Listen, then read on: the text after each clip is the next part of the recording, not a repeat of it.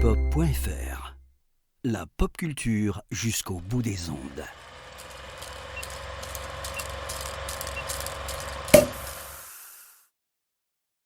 Bonsoir à tous, bonsoir à toutes, bienvenue pour ce nouvel apéro ciné. Voilà, on reprend avec après une petite pause. Bonjour à XP, bonjour à Spike, bonjour à bonjour à Gray, bonjour à Nini, bonjour à Thomas Crow. Que du bon monde ce soir dans le chat. Pour ce nouvel apéro ciné, ce soir, j'ai la chance de recevoir un cinéphile averti, et en plus de ça, il est breton, donc on peut dire que c'est un homme quasiment parfait, si je puis dire. Je reçois Ron de VHSC Canapé. Salut Ron, comment ça va ? Écoute, ça va pas mal. C'est une présentation qui est très élogieuse, hein, qui met un petit peu la pression et on vient pour discuter du Stade Rennais, c'est ça? C'est ça, évidemment, on parle de cette équipe, puisque voilà, tu es une personne spéciale. C'est une émission spéciale, puisqu'on est en direct de notre, d'une certaine manière par la pensée, de notre chère terre bretonne. Exactement. Bah, c'est un plaisir de venir un petit peu discuter ici. Je trouve que ce format est bien sympathique, ma foi. Et puis la petite formule avec le chat, être entre bonne compagnie, c'est bien aussi, ça permet d'échanger. Voilà, je ne suis pas un habitué de ce format, mais je trouve ça plutôt pas mal aussi. Par contre, c'est en direct, alors d'habitude, moi je coupe mes gros mots et mes digressions, va falloir que je fasse attention. On va faire attention. Et bonjour à Stormpostor que je vois sur le live. Et oui, parce qu'aujourd'hui, on va pas parler Stade Rennais, malheureusement. Ça, on vous le fera plus tard dans une autre émission avec grand plaisir. On va vous parler de quelqu'un qui n'a pas forcément un lien avec la Bretagne, mais un réalisateur tout particulier, unique en son genre, puisqu'on va vous parler de David Lynch. Est-ce que tu te sens prêt pour discuter de ce bonhomme ? C'est un sacré morceau qu'on a choisi ce soir. Ouais, mais je me sens plus que prêt parce que David Lynch, c'est pas forcément un réalisateur qu'on va traiter dans le cadre des émissions habituelles que je peux faire. Moi, c'est pas très VHS en fait. Mais comme j'adore le bonhomme, moi j'ai le. Là pour le coup, forcément, bah, l'occasion elle est un petit peu trop belle. Et en plus, tu as eu la gentillesse de me laisser à peu près quand même déterminer de quoi j'allais parler sur le sujet. Donc bah, pour le coup, c'est plutôt tranquille pour moi, quoi. Je Ouais. dis ça très sûr de moi en fait. Non, mais c'était un vrai plaisir, parce que je sais que je vais me faire huer par certaines personnes dans le chat, mais c'est vrai qu'il y a encore 2 semaines, David Lynch était un nom d'une page Wikipédia, et ça s'arrêtait à peu près là pour moi. Et donc tu m'as donné l'occasion de découvrir ce réalisateur, et rien que pour ça, déjà, je t'en remercie. Alors oui, parce qu'attention, il faut jamais huer qui que ce soit qui connaît pas quelque chose. C'est toujours une chance et une opportunité de pouvoir découvrir quelque chose de nouveau. Et ce qui est génial pour l'instant, c'est qu'avec l'apéro, je découvre et on découvre plein de belles personnes et plein de beaux cinéastes et de cinéma globalement. On s'amuse bien. Si tu es d'accord, Ron, on va passer tout de suite à la partie compliquée. Enfin, la partie que les gens d'habitude n'aiment pas, c'est à ce fameux questionnaire de Proust.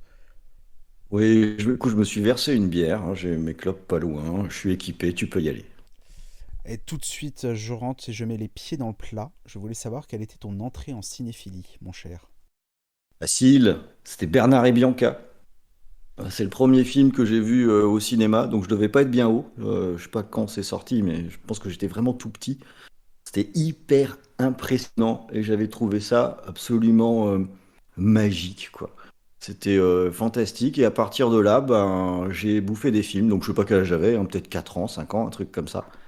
Mais la salle de cinéma, c'est une espèce d'antre formidable. Et voilà, j'ai commencé avec du Disney tout petit, Bernard et Bianca. C'était chouette, et Bernard et Bianca, il y avait Wildred et tout. Oh, on a vu plus sympa. Et puis, le cinéma te berce depuis quasiment la naissance, en fait. Ben, c'est un peu ça, hein, parce que j'avais fait le compte une fois juste pour me demander combien j'ai vu de films. Parce que je crois que je m'étais posé la question après avoir assisté à un de ces débats qui m'agace un peu sur c'est quoi être un cinéphile, un truc comme ça.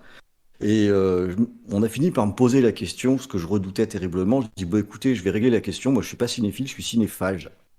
Et j'ai commencé à aller en salle tout seul à partir de mes 10 ans.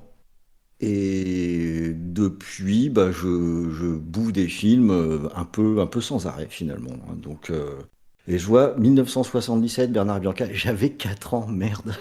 Putain. Ah, ça te rajeunit pas, j'ai l'impression, hein. Non, pas tout à fait, non. Bon, ça fait, voilà, oui, ça fait un petit peu. Donc ça fait quelques années que je regarde des films et que j'ai jamais arrêté, en fait. Ah bah, visiblement une belle voie qui te mène ce soir à cet apéro. Et du coup, vu que tu as vu beaucoup de films, je me demandais, tu dois sûrement avoir un classique ennuyeux dans le lot.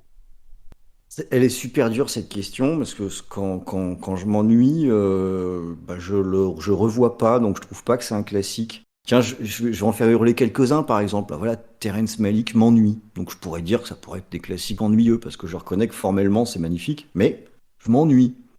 Alors classique ennuyeux, est-ce que je m'ennuie vraiment? J'ai pas vu Charlotte dans le chat, qui ne sera pas là pour prêcher la paroisse de Terrence Malick, et je ne vais pas forcément aller contre ton sens. Non, mais c'est pour dire que j'ai du mal à classer les deux, parce que pour en dire un peu plus, voilà, je disais tout à l'heure, cinéphage, ça veut dire que je bouffe à tous les râteliers.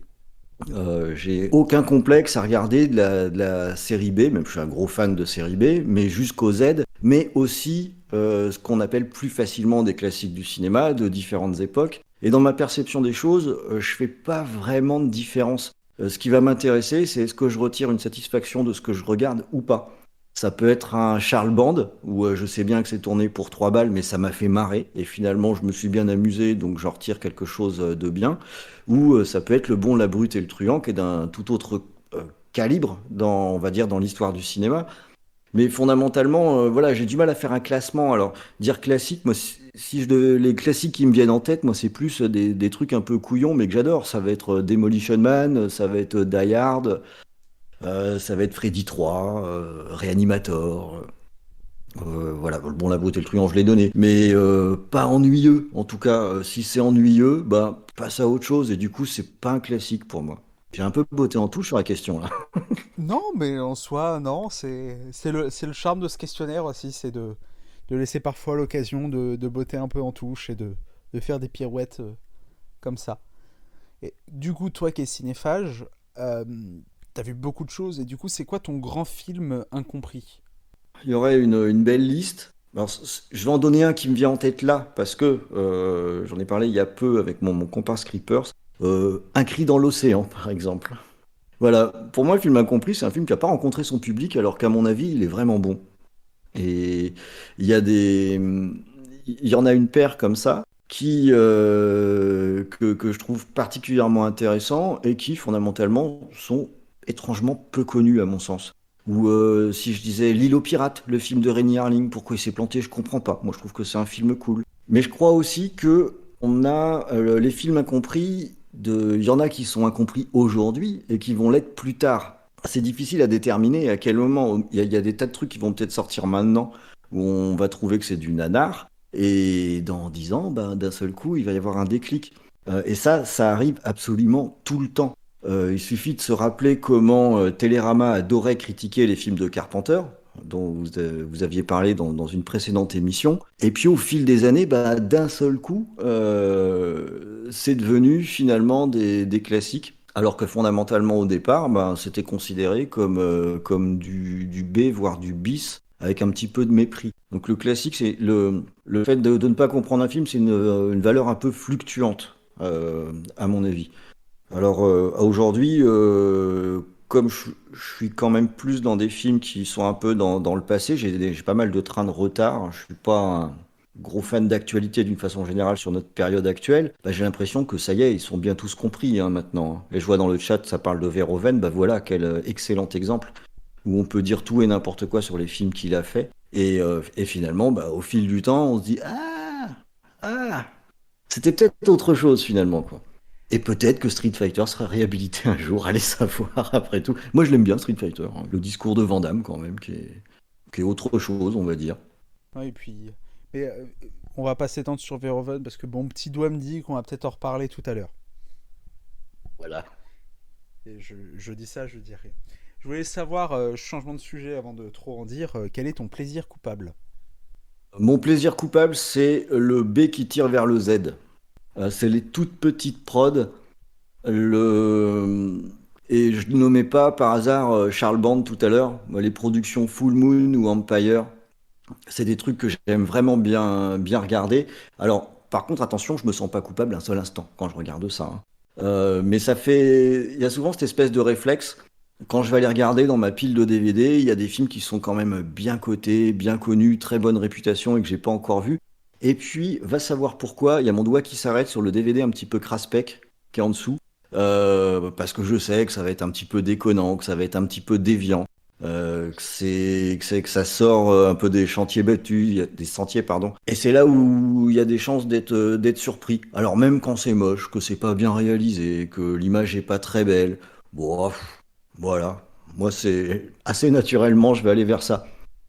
Tiens, si je peux en citer un, bah, encore une fois, je me sens pas coupable, mais un street trash pour moi, voilà, ça c'est un truc cool que je peux regarder en toute décontraction, en me foutant complètement qu'on me dise mais c'est juste un truc gore dégueulasse où il y a une scène où il y a des gens qui jouent au basket avec une bite coupée. Bon, c'est vrai, c'est dans le film, mais voilà, moi je suis pas coupable quand je regarde ça, je trouve ça fun.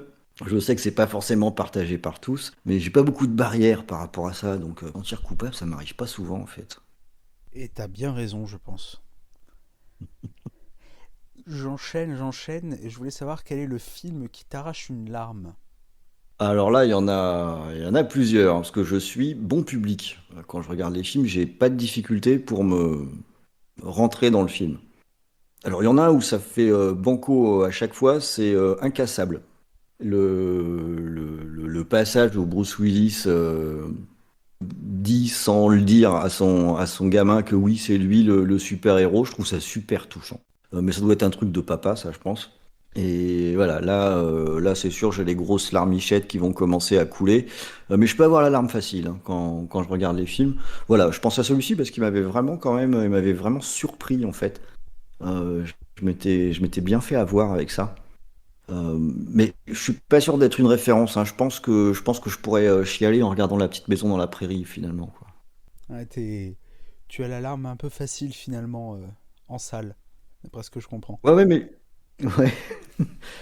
Bah, disons que quand on rentre dans un film, ouais, moi je rentre assez facilement en empathie, hein, avec les personnages, donc et voilà, j'ai pas de honte à ressentir pendant que je regarde un film, donc bon, bah s'il y a la petite larmichette qui coule, bah elle coule, hein, c'est comme ça. Rocky aussi me fait chialer à chaque fois. Je pense que ça va faire plaisir à certains dans le chat d'entendre ça. Euh, J'enchaîne. Quel est le film pour une soirée à plusieurs? Alors je vais prendre le premier qui me sort en tête parce qu'il y en a vraiment un millier. Je veux dire La Main qui tue, tiens. Et pourquoi la main qui tue? Parce que c'est complètement con, c'est extrêmement fun, extrêmement fun. C'est parfait quand en plus il y a des bières, des pizzas, voire autre chose. Ça raconte l'histoire de branleurs. Il s'avère que c'est en plus super bien réalisé, très rythmé. Donc c'est à peu près sûr qu'à peu près tout le monde va adhérer au minimum à un truc comme ça. Ou sinon, tiens, je dirais bien Tucker and Dale Fight le Mal aussi. Avec ça, on est sûr de faire un carton. Pareil, parce que ça s'adresse à différents types de publics en même temps, c'est peut-être mieux que La Main qui tue, tiens. Tucker and Dale Fight le Mal, et même je parle en connaissance de cause, puisque je l'ai déjà fait dans des soirées à plusieurs, y compris avec des plus jeunes, des personnes qui sont plus intéressées par du cinéma classique, entre guillemets. Et Tucker and Dale, ça fonctionne. Au bout d'un moment, ça fait rigoler tout le monde, ça marche bien. Donc voilà, ça va être ma réponse. Tucker and Dale Fight le Mal. Eh ben ça fera un bon programme pour tout le monde ici sur les soirées sans apéro ciné. Je voulais savoir qui était l'actrice ou l'acteur qui te pousse dans les salles. Alors, c'est un de mes problèmes, c'est que j'en ai plus maintenant, vraiment. Enfin, si, il y a encore Clint Eastwood, tant qu'il est vivant, que je pourrais aller voir faire à peu près n'importe quoi.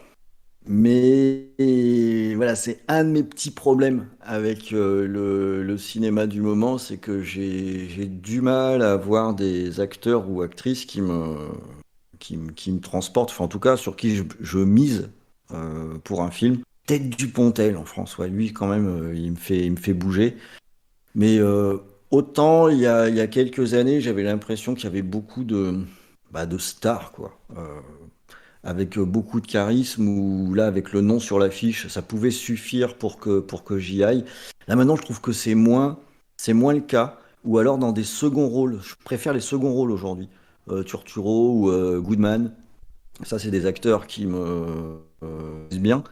Mais voilà, c'est pas vraiment forcément les premiers rôles, quoi. Donc c'est pas ce nom-là qu'on va mettre en avant. Sinon, tous les noms qui me viennent, c'est des acteurs qui sont déjà un peu vieillissants. Ça pourrait être Bill Murray, il peut me faire bouger, même, même dans des trucs pas terribles qu'il a pu faire. Il y a une époque, Eddie Murphy, j'étais très client. À aujourd'hui, c'est pour de sortir un nom, quoi. En plus, je vois que j'ai sorti que des hommes. Mais en fait, je trouve que les acteurs ont un panel plus varié que les femmes. Allez, lancez-moi des tomates, mais je le regrette en plus. T'as pas une Mais actrice favorite de cœur comme ça pour... j'aime bien Jodie Foster quand même. J'aime bien Jodie Foster, je trouve qu'elle est toujours impeccable et puis justement elle a du caractère. Voilà, c'est ça. C'est pour ça que je fais cette différence. Je démarre très mal cette émission, je vais me faire engueuler, hein, c'est sûr. Mais chez les actrices, ce qui me gêne un peu plus, c'est qu'il y a une espèce de standardisation des physiques qui, du coup, j'y trouve un peu moins mon compte. J'aime bien quand il y a des physiques qui ont un peu plus de caractère. Jodie Foster, elle a son petit caractère, ouais, elle est vraiment chouette en fait. Je vais voter Jodie Foster. Ouais, c'est vrai, en fait, toi, t'as besoin d'un visage, d'un acteur, d'une actrice qui a du caractère, qui a du corps, qui a de la présence à l'écran finalement. Ouais, et qui a de la particularité physique. Si c'est pour avoir des clones, ça m'intéresse pas beaucoup. Chez les acteurs garçons, les belles gueules carrées qui se multiplient, pour moi, ils sont un peu interchangeables. J'ai du mal à m'y accrocher. Et pareil pour les actrices, je préfère une actrice je sais pas moi, qui a un grand nez ou qui a des sourcils arqués, mais enfin, en tout cas, qui a quelque chose de marqué dans son physique. Euh, je veux dire, c'est ce qui fait aussi, enfin, dans la vie, heureusement, on se ressemble pas tous. Donc, au cinéma, j'aime bien aussi avoir des acteurs qui ont des vraies caractéristiques physiques. Je trouve que c'est plus intéressant, quoi. Alors, t'as peut-être, je ne sais pas, mais t'as peut-être répondu à la question suivante aussi par ce biais-là, mais quelque chose que tu ne supportes pas au cinéma, c'est peut-être ça. Alors oui. Alors en fait, c'est la prolongation de ça, et c'est ce qui me pose un problème aujourd'hui, c'est la standardisation. C'est l'application d'un schéma, c'est l'absence de surprise, surtout ça, l'absence de surprise. Quand au bout de 5 minutes, eh ben, en fait, on en a vu 90 parce que c'est la même recette, parce que c'est les mêmes personnages, parce que c'est les mêmes stéréotypes. Moi, j'aime bien être surpris quand je regarde un film, et c'est peut-être ce qui me manque un peu. Aujourd'hui, enfin, pour moi, il y a un grand écart j'aime beaucoup le cinéma italien des années 70 et début 80. Quand je regarde les films italiens de cette époque, c'était même dans les trucs qui n'étaient pas super bien réalisés, c'était obligé qu'il allait avoir au moins un ou deux passages qui allaient être impactants. Et je trouve qu'il n'y a rien de pire qu'un film où quand on sort de la salle ou après avoir vu le Blu-ray, on se dit c'était pas mal, mais on l'aura oublié 2 jours après. On n'en aura rien retenu. Je préfère encore un film que j'ai pas aimé pour telle ou telle raison, plutôt qu'un film qui est inutile, quoi, qui me laisse rien, pas de traces. Donc c'est vraiment ça que j'aime pas dans les films. Ouais, c'est quelque chose que j'avais gratté une fois sur le papier. J'ai l'impression que c'est ce que t'exprimes, c'est que il y a rien de pire que la neutralité absolue, émotionnelle, cérébrale devant un film en fait, pour toi. Ça, c'est l'indifférence en fait. C'est l'indifférence. C'est même pas pouvoir dire c'est mal fait. On a des trucs qui sont techniquement corrects. C'est même sous le cas en fait. Euh, mais dont on ressort absolument rien. Et ça parlait de quoi? Bah, il y avait un thème dedans, bon, pas très sûr. C'était quoi la grosse scène? Oui, c'était ça, ok, on s'en rappelle 1 jour, 2 jours, 3 jours, puis hop, ça disparaît. On s'en souvient plus, quoi. C'est des films jukebox, ça passe et puis ça Et repart. ça, exactement, mais et ça m'attriste à chaque fois que je tombe sur un film comme ça, ou un film d'horreur générique dont on retire rien, je me dis c'est quand même incroyable, alors que La Mouche Noire, on se rappelle encore de la mouche coincée sur une toile d'araignée avec une tête de mec qui dit à l'aide, quoi. Alors que ça datait des années 60, quoi. Donc voilà, faut voir ce qui reste et ce qui fait que passer, qu'on a déjà oublié, sitôt vu, sitôt oublié. Moi, je trouve que ça sert à rien. La question suivante, elle est peut-être en prolongement un peu de ça, mais est-ce que pour toi le streaming, c'est l'avenir du cinéma? Non, non, non, ça ne l'est pas. Ça le serait si le streaming représentait la diversité de ce qui existe en film. Mais malheureusement, je le regrette, ce n'est pas le cas. C'est un peu cette logique là d'abus de position dominante. Aujourd'hui, on a Netflix écrase un peu tout. Moi, Netflix m'ennuie profondément. Les productions Netflix, j'ai même arrêté d'essayer de les regarder tellement ça m'ennuie. Parmi les autres acteurs, on a encore il y a plus de diversité. Mais qui occupe le plus de place, c'est un certain type de production et qui du coup, je crains que ça ne déteigne sur l'ensemble de la production. Ou quand on va faire un film, on va devoir aussi maintenant penser, ah mais oui, attention, ça va être projeté en streaming, donc regardez aussi sur des petits écrans. Donc attention, notre cadrage, on va pas faire du cinémascope à la Carpenter parce qu'on verra rien sur un téléphone. Donc ça peut même aller impacter jusqu'à la réalisation. Et c'est une approche aussi dans le rythme des films qui finit par être caricatural, parce que l'inconvénient du streaming, c'est qu'on a pléthore de choses sous le doigt.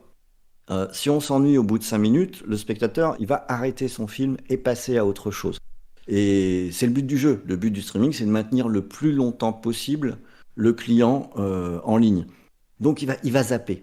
Ce qui fait que dans la construction du film, ça se voit vachement sur Netflix, on va avoir une construction qui est toujours la même, avec toujours le même rythme pour garder le client en ligne. Donc ça, pour moi, ça impacte directement l'écriture d'un film, sa réalisation, et bah, ça me plaît pas trop, parce que ça impacte sur la diversité de ce qu'on peut voir sur un écran. Et l'autre aspect qui fait que j'ai un problème avec le streaming, c'est que d'un côté, ça veut dire l'accès à énormément de choses, et d'un autre côté, je vois que ça invisibilise toute une partie des films qu'on ne peut voir nulle part. Et alors, évidemment, moi j'ai pléthore de DVD, de Blu-ray, etc. Donc fondamentalement, je m'en fous un petit peu. Mais je suis un dinosaure dans cette histoire. Ce que je vois, c'est qu'il y a je le vois avec mes enfants qui ont 18 ans, il y a des choses qu'ils ignorent complètement. Et tant que ce n'est pas disponible en streaming, ils vont continuer de l'ignorer. La curiosité, elle va s'arrêter à ce qui est proposé, pas à aller chercher autre chose ailleurs. Alors si ça se trouve en disant ça, c'est une réflexion de vieux con, hein. Je suis pas encore complètement décidé, peut-être que je suis un vieux con sur la question, mais c'est un peu une déception pour moi, parce que je croyais pas mal que le streaming allait, en tout cas à titre personnel, m'ouvrir pas mal de choses, et en fait, je m'aperçois que c'est pas le cas, quoi. Heureusement que j'ai encore un bon vieux Amazon Prime qui balance tout et n'importe quoi, et où il y a des perlousses cachées dans le catalogue de temps en temps. Mais voilà, c'est quelque chose dont je me méfie. Enfin, quand je dis je me méfie, qui me déçoit plutôt qu'autre chose. Mon rêve secret quand le streaming a commencé à s'installer, moi j'imaginais plutôt que ça allait être au contraire l'occasion d'avoir des bibliothèques de films fantastiques, y compris de mettre la main sur des films qu'on ne pouvait pas vraiment voir, quoi, ou qui existaient qu'en VHS à un endroit ou à un autre, qui étaient peu projetés. Ça me semblait être une belle opportunité. Dans les faits, c'est très peu ça, ou alors sur des sites de streaming beaucoup plus spécialisés comme Shadows, qui sont sur un créneau précis et qui arrivent à sortir des œuvres qu'on voit pas ailleurs. Mais bon, sur les dominants, voilà, le streaming, c'est pas ma tasse de thé, quoi. C'est peut-être un peu... alors, je redévelopperai ça peut-être un peu plus, parce que la petite ligne que j'ai mise d'objectif des 30 followers a été passée, donc je vais moi-même m'y soumettre dans quelques jours au questionnaire de Proust.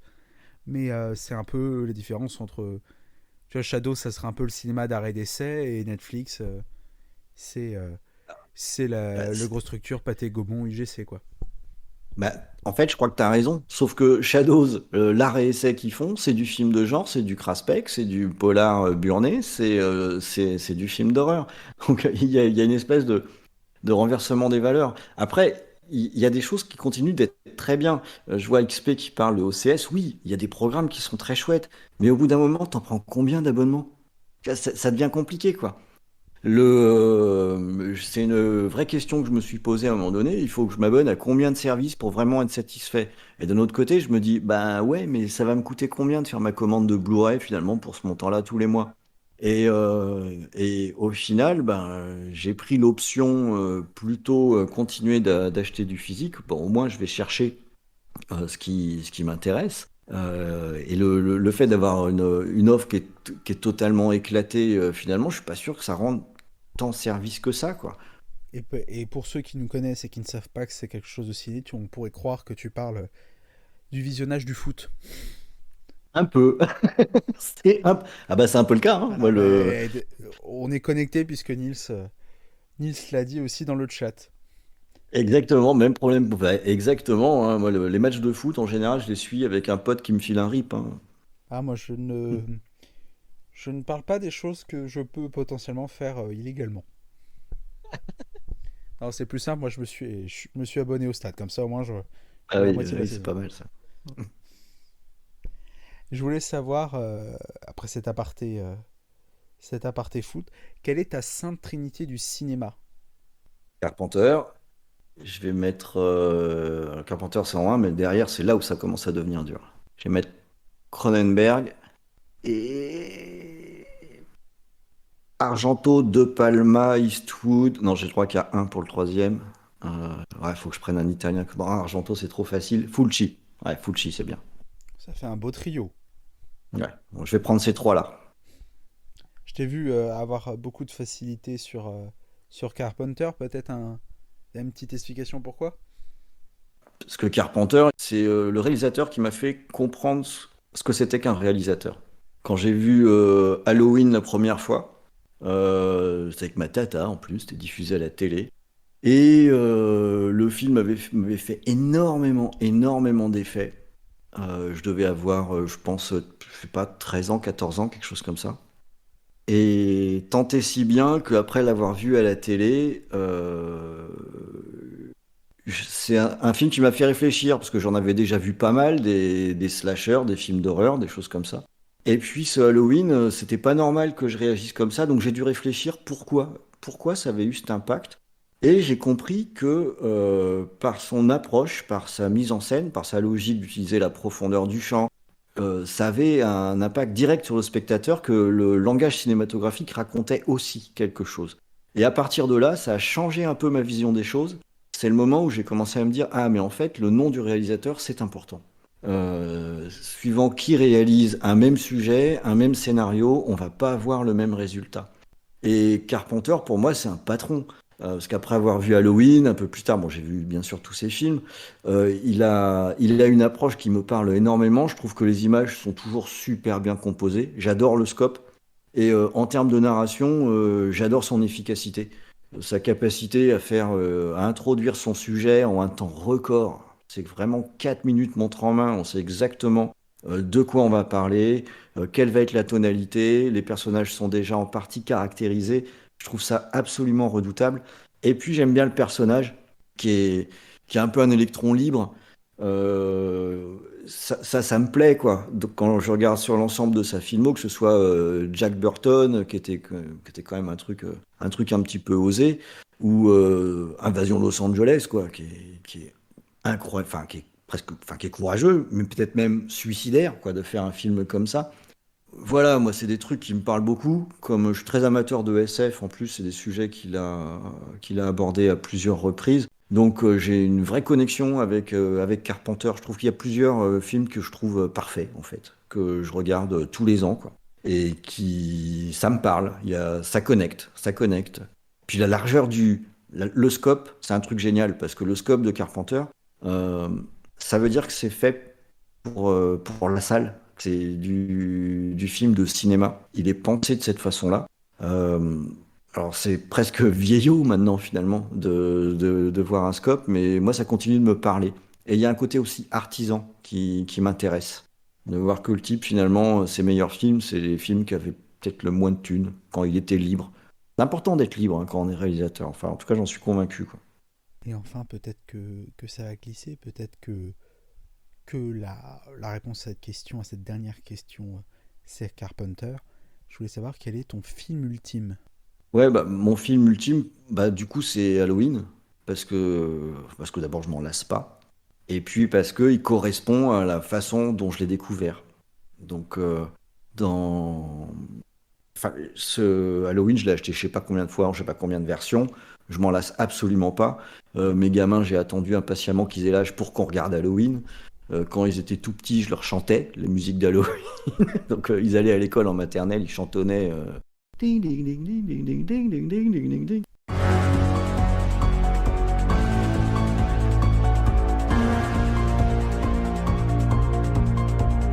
Ah ouais, la maîtresse, elle me faisait un peu les gros yeux des fois, mais bon. Donc, c'est. Voilà, ce serait mon. Mais c'est dur de dire un film ultime, ça, c'est une question qui est super compliquée. Il en faudrait presque un par catégorie de film ou par genre de film. J'ai presque autant regardé Piège de cristal. J'adore.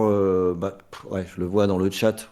J'adore Kubrick aussi. Énormément de choses que j'apprécie de Kubrick. J'ai plutôt une espèce je dirais, top 50 de cinquantaine de films que je vais regarder très souvent, qui vont beaucoup me parler. J'aime bien ce que fait Peter Jackson maintenant ou Guillermo del Toro pour des plus contemporains. Mais voilà, quand j'en garde qu'un, à un moment donné, je retombe sur Halloween. Même si je le connais totalement par cœur, c'est toujours avec plaisir que je remets la galette pour le remater, quoi. Et voilà, et t'as permis de compléter le bingo de Gray qui fait en sorte que Ah, Kubrick soit cité dans tous les questionnaires de Proust. ouais, ouais, bah après, c'est quand même un bon cheval, hein, Kubrick, hein. Vu la filmo, c'est pas dur d'en placer. Ouais, et puis ce sera quel? C'est peut-être Full Metal Jacket, mon préféré de Kubrick, je crois. Ah bah, Ah, j'adore 2001 aussi. c'est rare, je me sentais un peu seul à dire que Full Metal Jacket était mon favori, tu vois. Ah bah là, en fait, c'est qu'il est un peu bicéphale. C'est que je pense quand même que la deuxième partie est plus faible que la première, mais toute la première partie, avant qu'il parte sur le terrain, Je enfin, pense, c'est génial, quoi. je pense pas que c'est la deuxième qui est faible, je pense que c'est la première qui est incroyablement forte, surtout. Oui, c'est ça. Mais du coup, par contraste, Hmm. paradoxalement, quand ils sont sur le terrain, je trouve ça moins fort que la première partie. Faut dire que la fin de la première partie, avec grosse baleine dans les toilettes, merde, ça se pose là, quoi. Hmm. Et, et j'en profite pour glisser sur la news. Alors, je pense qu'on va surprendre le chat hein, parce qu'on n'a pas du tout fait d'indice dessus. News, évidemment, qu'est-ce qui fait bouger la planète ciné en ce moment? C'est le Festival de Cannes. Et il y a notamment eu la présentation. Alors, c'était il y a 2 jours, si je dis pas de bêtises. Peut-être 2 ou 3 jours, d'un film un peu sulfureux d'un certain Paul Verhoeven. C'était Benedetta et on a choisi de s'arrêter un peu dessus, toi et moi, ce soir. Oui. Et je voulais avoir un peu Ouais, ton ressenti sur tout ce qu'il y a autour de Benedetta en ce moment. voilà. Alors, moi, c'est ça qui m'intéresse, parce que le film en lui-même, je suis pas très sûr qu'il m'intéresse, à vrai dire. Mais c'est mon copain Polo. Paul Verhoeven, ben, en plus, tiens, comme ça, s'il y a un autre bingo, on peut mettre Paul Verhoeven, parce que j'ai pas encore cité le mot Robocop, alors que c'est quand même important, Robocop ou Starship Trooper. Paul Verhoeven, j'adore ce mec. J'adore sa filmo, mais j'adore aussi ce mec. Et je trouve qu'il est incroyable, parce qu'il réussit, à travers le temps et à travers les époques, il réussit encore son coup. Il va encore réussir à faire un petit peu l'air de pas y toucher. Mais non, moi je fais jamais rien de façon gratuite, cherche pas à provoquer. Mais arrête, Polo. Arrête. Tu nous l'as fait je sais pas combien de fois. Là, c'est évidemment cette année que tu t'attaques à quoi? Ben, à la religion, parce que c'est bien. On a un tel retour de la religion que c'est quand même. Il savait qu'il allait faire banco avec ça. Il est complètement sûr de son coup à chaque fois et ça ne rate jamais. Et ce que j'attends avec impatience quand je vois encore le remue-ménage qu'il arrive à faire aujourd'hui, c'est est-ce qu'on va avoir l'effet Verhoeven habituel, qui est que il va être décrié, ça va être un petit peu le bazar, on va probablement l'insulter, et puis il va falloir attendre 5 ans, 10 ans, pour qu'on revoie le film dont il était question et qu'on le voit sous un jour différent.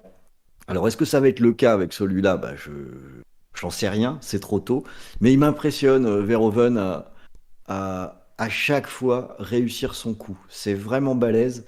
Bon, le pinacle, c'était peut-être Starship Trooper et Showgirl, mais c'était déjà le cas aussi avec Robocop, qui a quand même été méprisé au départ avant d'être porté au nu. Il est super, ce type-là. Il est super. Et quand on l'entend en interview, on sent la malice dans, dans sa voix. Il a son petit œil plissé, là. C'est un malicieux, le gars. C'est un malin. Et moi, voilà, ça me plaît. Verhoeven, c'est vraiment un type que j'aime beaucoup. De voir qu'il arrive encore à remuer les gens, je trouve ça génial, quoi. Mm. Bah alors, c'est assez marrant parce que moi j'ai pas vu beaucoup de Verhoeven non plus. C'est un des réalisateurs dans lequel il faut vraiment que je me penche. Et j'ai observé un peu de loin le bordel à Cannes et c'est un peu ce que tu décris. Moi j'ai entendu tout et son contraire sur Benedetta.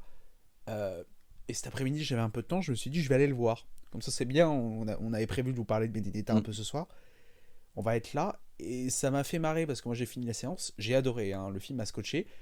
C'est bien provoque comme tu le décris, ça cible bien la religion, teintée en plus des questions LGBT qui reviennent de plus en plus dans notre société actuelle. Et à côté de moi, j'avais des gens qui sont là, au moins d'une génération supérieure à moi, qui étaient morts de rire à la fin et qui j'ai juste entendu dire que c'est qu'ils ont décrié le film comme une grosse merde. Et ça me fait marrer parce qu'on est dans une même salle et que Polo il arrive à faire ressentir Ah, des émotions différentes. Euh, ça rejoint un petit peu ce que je disais tout à l'heure, c'est pas possible d'être indifférent quand on regarde un film de Verhoeven. C'est pas possible. Et ça, c'est cool. ouais, et rien que pour ça, ça vaut le coup de les voir. Ou au moins Mm. d'essayer. Ah ouais, mais clairement, après, enfin, faut connaître le truc, mais il a démarré comme ça dès le départ, quoi. Au tout début de sa carrière, c'était déjà ça, hein. Donc, il s'est juste jamais arrêté de faire ça. Et je trouve ça formidable parce qu'il l'a fait dans différents styles. On lui a donné du pognon pour le faire. Enfin, c'est épatant. Là, il revient en France pour pouvoir continuer à faire des films. Et qu'est-ce qu'il fait, bien sûr? Enfin, c'était signé, quoi. Son film, ça allait pas être une histoire sur un type au chômage qui a du mal à joindre les deux bouts dans un pavillon de banlieue. Bah oui, bien sûr que non. Il allait forcément aller encore s'attaquer à un sujet un petit peu compliqué. Et ça rate pas. Mais il en faut des gens comme ça, parce que sinon, on arrêterait juste, quoi, de parler de ces sujets. Et on se Et ferait puis, personnellement, chier. ça me fait marrer, parce que ça, on se ferait chier. Et là, il me fait plaisir aussi, parce que il nous fait un film ou sur une affiche avec une nonne et puis un bout de nichon. Et c'est quand même une référence directe au film de Non-Exploitation, quoi, qui était tout de même un courant particulièrement tordu dans le cinéma. Et c'est obligé qu'il y a pensé aussi, qu'il est allé dans cette direction. Voilà, c'est un peu un dynamiteur, donc ça fait du bien qu'il y ait des gens comme ça qui existent encore. Euh, voilà, je sais pas si j'irai le voir en salle, mais évidemment que je le verrai de toute façon. J'ai envie de dire que même si c'est raté, alors toi ça t'a plu, très bien, mais même si c'est raté, je suis sûr qu'il y a forcément quelque chose à en ressortir. Ah, et clairement, je pense pas que tout le monde va l'aimer. Je pense pas que c'est un film qui est fait pour être apprécié par tout le monde. Il y a les points de réserve, hein. Moi, il y a des moments, il y a des scènes. Spike t'en parle une. Il y a une scène un peu de torture à un moment. Je pense que ceux qui ont vu le film voient parfaitement laquelle j'étais.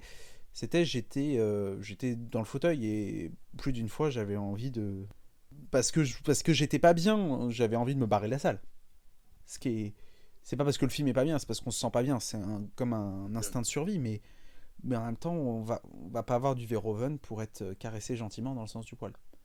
C'est Et, ça, exactement. Exactement. et finalement, je sais pas s'il gagnera la palme. On en avait parlé il y a quelques temps dans notre émission avec Spike sur Grace Kelly. On avait parlé de Verhoeven et j'avais dit, je me souviens, je pense que Verhoeven est trop sulfureux pour gagner la palme. J'ai vu Benedetta, je maintiens l'idée, je pense pas qu'il peut gagner la palme, mais c'est pour ce genre de film qu'on apprécie le cinéma, je pense. Mm. Ouais, exactement. Donc Verhoeven, c'est bien, mangez-en. Voilà.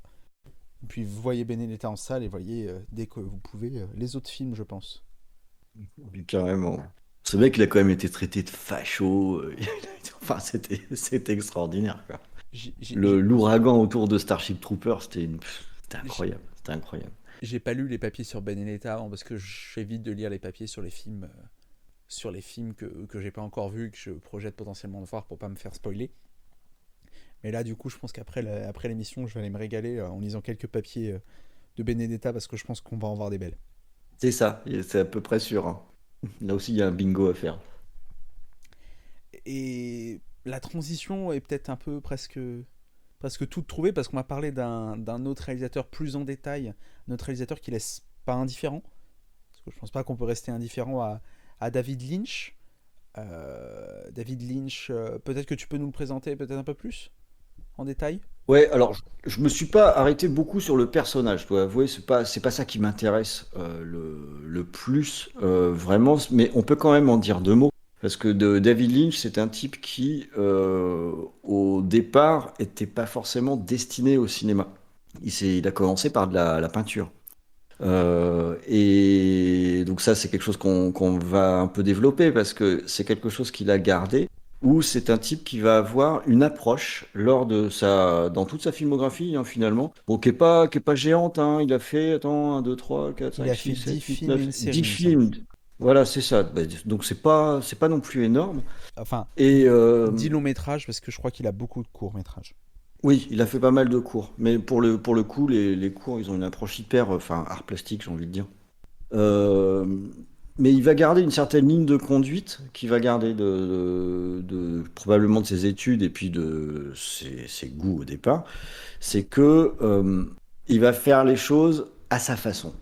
Et à sa façon, ça implique, c'est ce qui fait qu'il n'a pas été facilement classé. Enfin, ça aussi, on va en parler un peu parce que euh, on va en parler comme un gars qui fait un cinéma expérimental. Ouais, c'est vrai. Euh, ou bien surréaliste, c'est vrai. Ou bien on peut dire aussi qu'il va traiter de sujets de société. Ouais, c'est vrai. En fait, c'est vrai, beaucoup de choses peuvent être vraies. Et beaucoup de choses peuvent être vraies parce que il fait partie de ces cinéastes, et ça, il n'y en a pas 10 000 qui ont leur style, qui ont leur patte. Quand quand on, quand on voit même quelques secondes d'un film de Lynch, on sait qu'on regarde un film de Lynch. Et il fait partie de ces cinéastes qui ont quand même donné naissance à un mot. On va avoir un style lynchien. Ça va se dire maintenant. Quand on va avoir un autre cinéaste qui va faire quelque chose qui va tendre un peu vers l'onérisme, qui va mélanger réalité, rêve ou plusieurs niveaux de réalité, on va dire ça c'est quand même lynchien. Ben oui, c'est lynchien. Et ça c'est fort parce que fondamentalement ça veut dire qu'il a inventé quelque chose quand il a commencé à tourner, et ce dès son premier film avec Eraserhead, hein, qui est une espèce d'ovni. Euh, et c'est ce qu'on va retrouver tout le long, alors avec plusieurs périodes, et notamment si on s'arrête un peu sur les caractéristiques de ce qu'on appelle un film lynchien, eh bien on va retrouver les différents ingrédients des différents domaines artistiques qu'il a pu faire. Et le plus frappant, ça reste la peinture, parce que dans sa réal, on va avoir beaucoup de plans fixes. C'est pas vraiment un cinéaste hystérique. Et dans ces plans fixes, c'est une évidence qu'on a une logique de composition de plans qui ressemble à une composition de tableau. Alors, on peut prendre par exemple dans Twin Peaks, dans la série pour le coup, la montée d'escalier, c'est une telle évidence. Elle va être prise avec un angle qui va lui donner une importance bien plus grande qu'elle n'a. L'image, elle est composée pour ça, et juste sur une montée d'escalier. On a la scène finale de Blue Velvet qui est aussi conçue de cette façon-là. Elle est absurde, mais elle est composée comme un tableau. On a dans une même pièce plusieurs couleurs, une démarcation nette. On a une règle de composition qui est respectée. On a ce type-là debout qui bouge pas. On est à nouveau sur un plan fixe.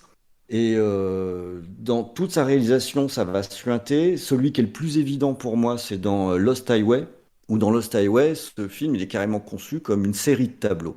C'est des scénettes plus qu'une narration classique. Et la majorité de ces scénettes, elle va s'arrêter sur des plans composés, des plans fixes, qui vont se succéder les uns aux autres et qui vont trouver leur sens de cette façon-là. Donc, sa première caractéristique, je la vois vraiment là. Ça va être l'influence de la peinture, directement. Je ne sais pas si storyboard ou pas, probablement, hein, mais Ça se trouve même dans des plans les plus anodins, comme on aurait dans un tableau un arbre en premier plan, pour focaliser sur les personnages principaux qui seront centrés, bien entendu. Et on va avoir toujours une image composée avec un équilibre sur les côtés. C'est très fréquent, je dis toujours, on pourra me trouver des tas d'exemples où c'est pas le cas, mais c'est extrêmement précis dans sa façon de composer. Et sur ce point-là, c'est vraiment Lost Highway, le maître étalon sur cette approche liée à la peinture. Mais c'est pas la seule.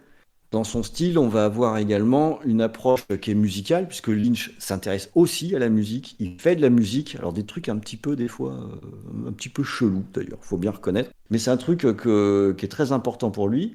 Et d'ailleurs, ça se trouve avec des caméos, ce qui est assez rigolo. Dans pas mal de films, il va inviter des chanteurs, quoi. Alors, le plus connu, c'est peut-être Sting, hein, qui est dans Dune.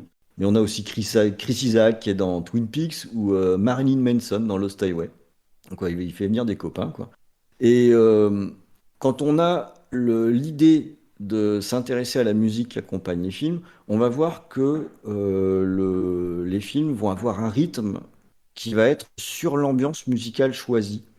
D'ailleurs, j'avais lu que souvent sur les tournages, ils jouaient de la musique qui était dans la tonalité de ce qui était souhaité. Et là, pour le coup, le meilleur exemple de ça, bah, c'est Twin Peaks. Twin Peaks qui est dans cette ambiance un petit peu jazzy, layback, comme ça, un petit peu lente. Il y a plein de scènes de danse hein, dans Twin Peaks où ils vont se déplacer sur le rythme de la musique. Les dialogues aussi vont être sur le rythme de la musique de Badalamenti. C'est le tempo à la fois de la musique, mais aussi des images. Les deux sont très entremêlés. Et on voit son amour pour la musique aussi d'ailleurs, dans le fait que dans de nombreux films, bah, il y a carrément des chansons entières qui sont diffusées sur scène.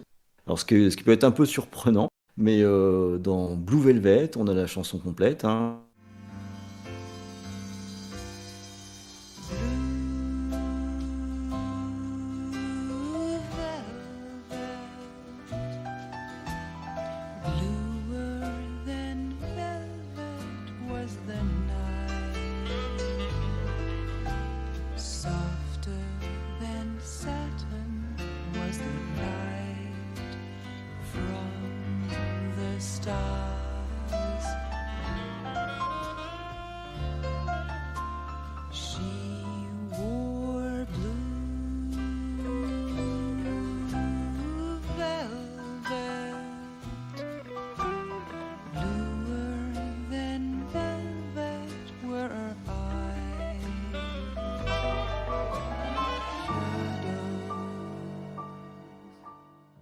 On a Sailor et Lula où il y a ce bon vieux Nicolas Cage quand même qui nous chante une chanson d'Elvis. Love me tender, love me long, take me to your heart, for it's there that I belong and will never part. Ce qui est plutôt cool, Nicolas Cage, c'est cool quand même. Twin Peaks, n'en parlons pas. Dans Twin Peaks, le nombre de chansons qu'on a sur scène, alors là, il y en a une ribambelle.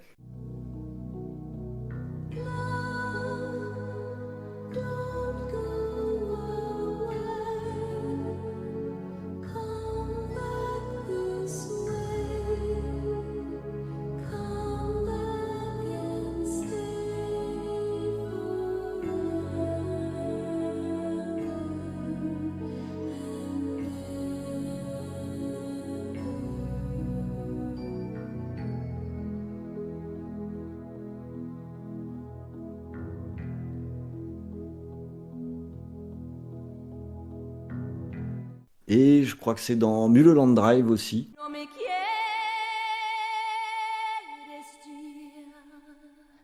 ya y siempre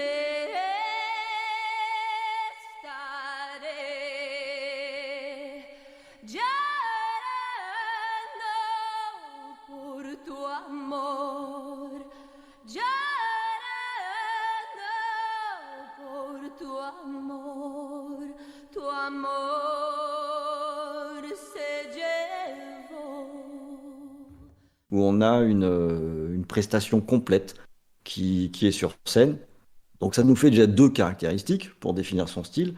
Mais il y a aussi la troisième, c'est que, et c'est là où c'est un artiste total, c'est que c'est cette approche que je qualifierais d'art plastique, où au sein des films de Lynch, il va y avoir une logique de happening en fait, une démarche d'art moderne, euh, où il va s'arrêter sur des éléments qui, à son sens, ont un esthétisme qui mérite qu'on y passe parfois du temps, quoi. Même pas mal de temps.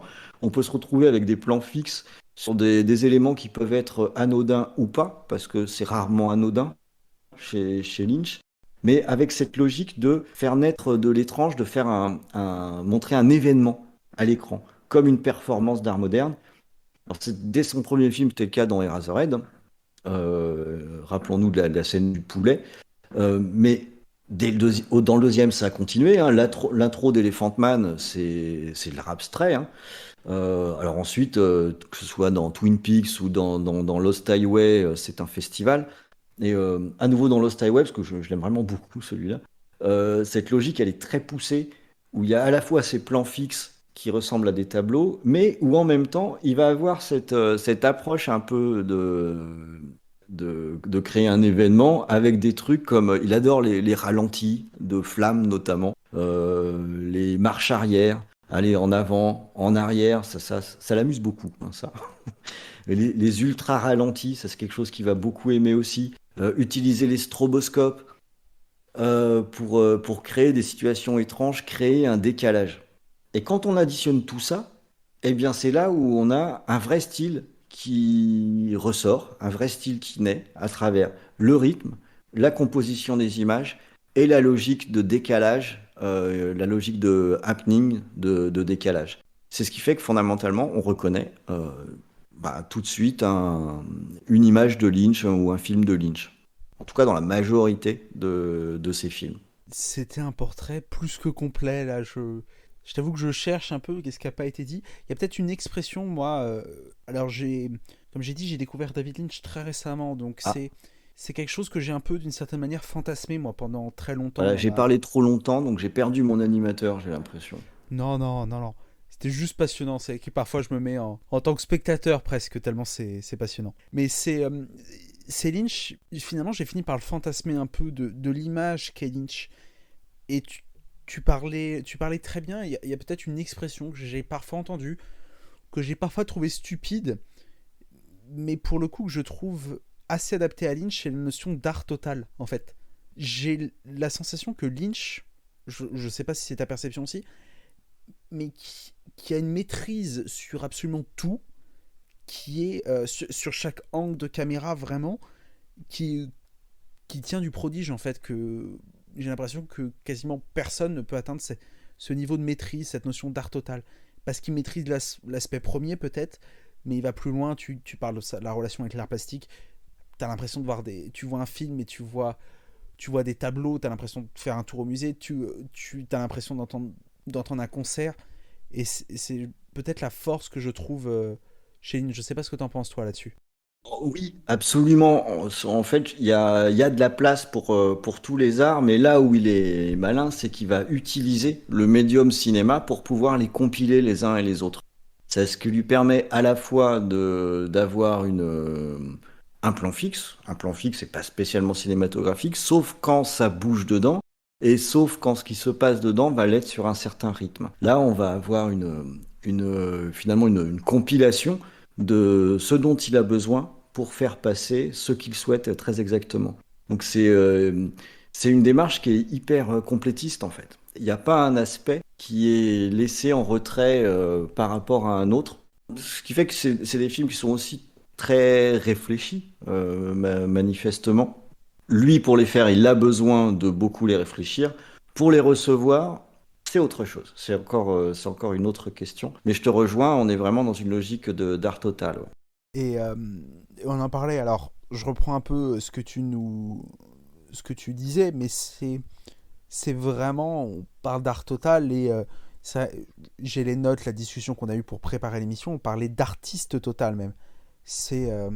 Alors c'est quelque chose que j'expliquais aussi. On a l'impression quand on voit un film de Lynch qu'on voit tous les arts en même temps. On voit de la peinture, tu l'as très bien dit, on voit de la musique. Et il y a, il y a cette capacité en fait à tout réunir avec cette recette que personnellement moi j'ai pas compris comment il arrivait à tout réunir. Peut-être que toi tu as peut-être la clé. Pour réfléchir à cette question, je me suis demandé quelle était sa finalité. Et ce que je me dis, c'est que je pense qu'il prend ce dont il a besoin pour l'adapter à un mode de narration qui lui est très particulier. Et je pense que c'est là qu'est son but. C'est son mode de narration. Et sa finalité, je suis persuadé que c'est non pas de s'adresser à des personnes intellectuellement, mais de s'adresser à leur sens, directement. De créer une ligne de plus chercher un ressenti qu'une explication. Alors c'est évident dans ces films les plus cryptiques, mais pour moi c'est quelque chose qu'on retrouve sur pratiquement l'intégralité de sa filmographie. Parce que finalement, quand on regarde sa filmo, on n'en a que deux, hein, qui ont des narrations qui sont claires et plutôt classiques. Il y a Une histoire vraie, qui est le plus académique, et il y a Dune. À la limite, on peut mettre Elephant Man aussi, Ouais, même si Elephant... j'allais te dire qu'on pouvait rajouter les Man quand même dans le lot. Ouais, ouais. On en a trois qui ont une narration qui est claire, mais très vite, on va tomber sur des films qui sont plus tordus, qui vont peut-être parler d'histoires qu'on est capable de résumer sur ce que ça raconte, mais qui seront traitées de façon non conventionnelle. On peut mettre dedans que ce soit Blue Velvet ou Sailor et Lula ou Twin Peaks, ça raconte des histoires, on peut mettre des mots dessus. Blue Velvet, c'est un gars qui trouve une oreille dans un champ et qui va essayer de retrouver à qui elle appartient. Sailor et Lula, c'est une histoire de cavale. Twin Peaks, c'est une jeune fille qu'on a retrouvée morte dans une rivière. On peut mettre des mots dessus, mais son traitement, lui, par contre, va être non conventionnel. Et sur ces films-là, déjà, on va s'adresser à nos sens plus que aux éléments explicatifs. Et il y a, bien entendu, encore d'autres films qui, eux, partent plus loin, où là, on abandonne le principe d'une narration linéaire et on s'adresse uniquement au sens. C'est dans Eraserhead ou Lost Highway ou Mulholland Drive, c'est ça. C'est que la connexion, elle va se faire directement avec la réception qu'on a de ce qu'il représente. Et dans ce qu'on reçoit, contrairement à quelque chose qui est explicatif, où on a besoin d'un personnage soit qui parle, qui explique, soit d'images qui vont détailler ce qui se passe, quand on s'adresse au sens, le ressenti peut passer à travers un soleil qui se couche, des ombres qui s'allongent, une lumière donnée à un endroit donné. Les sens, ils reçoivent tout ça. Et ils vont les compiler. Et c'est ce qui nous amène à une compréhension de film et à nous mettre en connexion avec le film. À mon avis, c'est ça son but. C'est de s'adresser vraiment là. Parce que d'une façon générale, la cohérence de l'histoire, c'est pas forcément sa came, quoi. Là, pour le coup, c'est mon avis, mais ces films que je trouve les plus faibles, c'est ces films les plus classiques. Une histoire vraie, c'est très linéaire. Mais est-ce qu'on devine que c'est David Lynch qui l'a réalisé? À part une ou deux scènes, pas forcément. Ça pourrait être un autre réal qui sait bien composer un plan. Même chose pour Dune. Dune, il y a quelques petits indices, il y a quelques petits trucs un petit peu barrés à droite à gauche. Après, Mais globalement, Dune- Oui, pardon, excuse-moi. globalement, ça aurait pu être quelqu'un d'autre qui l'aurait fait. Alors que sur ces autres films, non. Parce qu'on n'est pas sur des éléments objectifs pour bâtir l'histoire. Et pour faire passer ça, il a besoin d'être un artiste total, de faire de l'art total. Notamment dans son approche, il y a cette notion qui est forte, que le fantasme et la réalité ont une frontière qui est très légère. Et il n'y a pas forcément l'un qui est plus important que l'autre. Pour arriver à ça, on passe forcément par le ressenti. Le fantasme, c'est pas la réalité. Donc là, il faut que ça puisse passer par d'autres biais. Et c'est là où on a besoin d'utiliser ces artifices, où on peut créer un décalage avec la réalité juste avec un rythme de dialogue. Ça, il le fait énormément. Il y a un petit temps entre deux répliques, ou entre un chant contre chant, on va rester une seconde de plus qu'à l'accoutumée sur le visage d'un des deux personnages. Ça nous crée un petit décalage. C'est pas grand-chose, mais ça nous crée un petit décalage. Et sans qu'on ait besoin d'expliquer, on sait déjà qu'on est sur un décalque de la réalité. Ça, moi, j'adore pour le coup cette approche. Mais c'est ce qui fait aussi, par contre, que ça peut être un peu confus et que sur une première vision, on comprend pas forcément exactement le propos du film. On va, de façon diffuse, on va le recevoir, mais est-ce qu'on va le comprendre? C'est une autre démarche. Là, c'est une démarche qui est intellectualisée, donc c'est autre chose, et c'est même pas forcément ça qui, à mon sens, est important. Il y a des tas de gens qui peuvent adorer Lost Highway sans être bien sûr de comprendre ce que ça raconte vraiment, quoi. Mulholland Drive, c'est pareil. On peut beaucoup aimer le film, mais sans être très sûr de vraiment comprendre ce que ça raconte. Et c'est pas grave. C'est ça qui est chouette, c'est que c'est pas grave. Je me permets juste, je t'ai coupé tout à l'heure, pardon. Pour un film que tu as cité, je mettrais quand même en relief ce que tu as dit. Personnellement, c'est Dune, qui est un film, pour le coup, très malade, je trouve, et sur lequel Lynch a... Il y a de nombreuses choses, on sait que ça passe pas à Lynch, je pense à l'effroyable voix off, qui moi Eh oui. qui m'a fait péter un câble pendant le film. Enfin, je remets en relief, c'est que Lynch n'est pas forcément entièrement responsable du résultat final. On parlait de Mulholland Drive, j'allais te relancer là-dessus, mais d'abord je voulais te poser une question que XP nous a posée dans le chat. Est-ce que une réalisation de Lynch n'est pas une mise en abîme de l'art? Oui, XP a des questions pas faciles. Alors, en fait, j'ai une réponse. J'ai une réponse, mais qui m'amènera vers la toute dernière partie que j'avais prévue.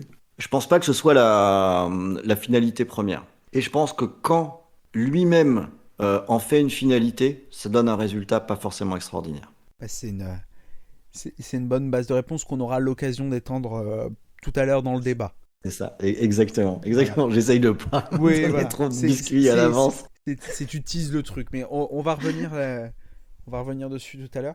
Et XP a posé une autre question. Est-ce que tous les films doivent être compris pour être appréciés? Et j'ai envie de te prendre notamment un exemple que tu as cité et sur lequel j'allais partir, notamment Mulholland Drive. Moi, je pense qu'il n'y a pas besoin. Je pense qu'il n'y a pas besoin que... Ce qui est important, c'est la satisfaction qu'on en ressort. Et si on regarde sur d'autres types d'art, pensons à l'art moderne, qu'on aime ou qu'on n'aime pas, peu importe.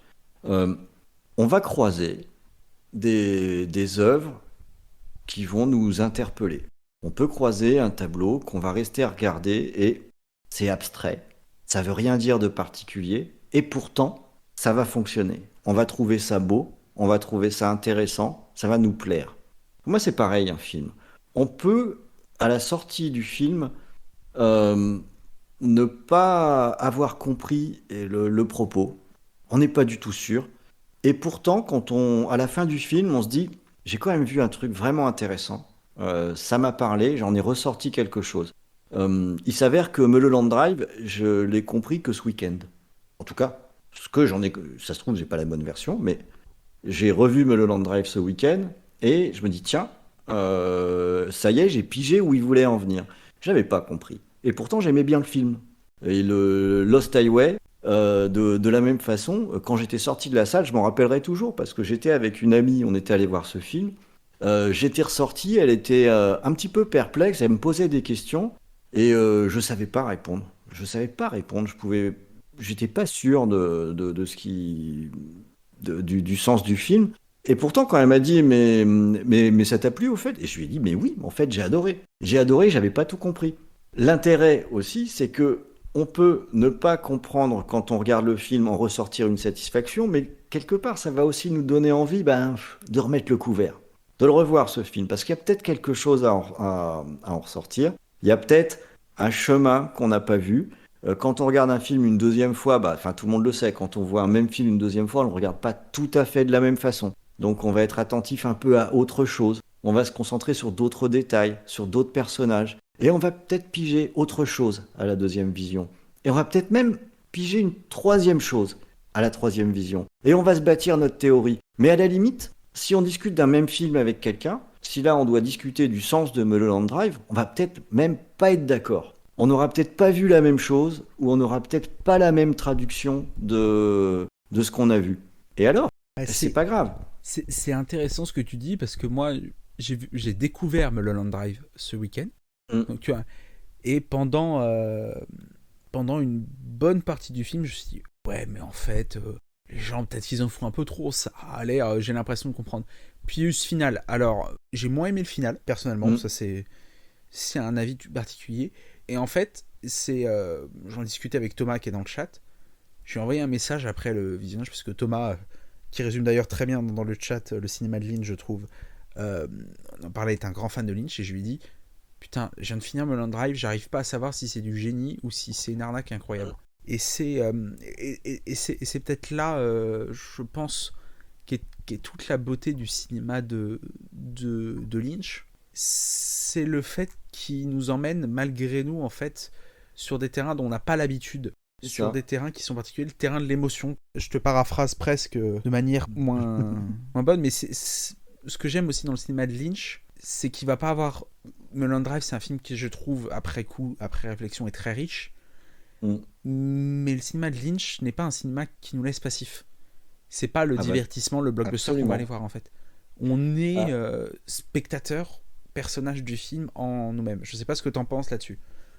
J'irais même un peu plus loin. Moi, je pense que le fait qu'on puisse avoir un message qui est finalement diffus, avec beaucoup d'éléments, on peut aussi être acteur quand on regarde le film, parce que suivant le moment où on le regarde, le moment de sa vie, suivant son âge, suivant nos sensibilités, on va pas forcément être intéressé par les mêmes choses dans le film. Et notamment, on va pas forcément s'accrocher aux mêmes personnages. L'exemple le plus frappant pour moi, c'est Lost Highway, où on va pouvoir s'identifier soit à la femme, soit à l'homme.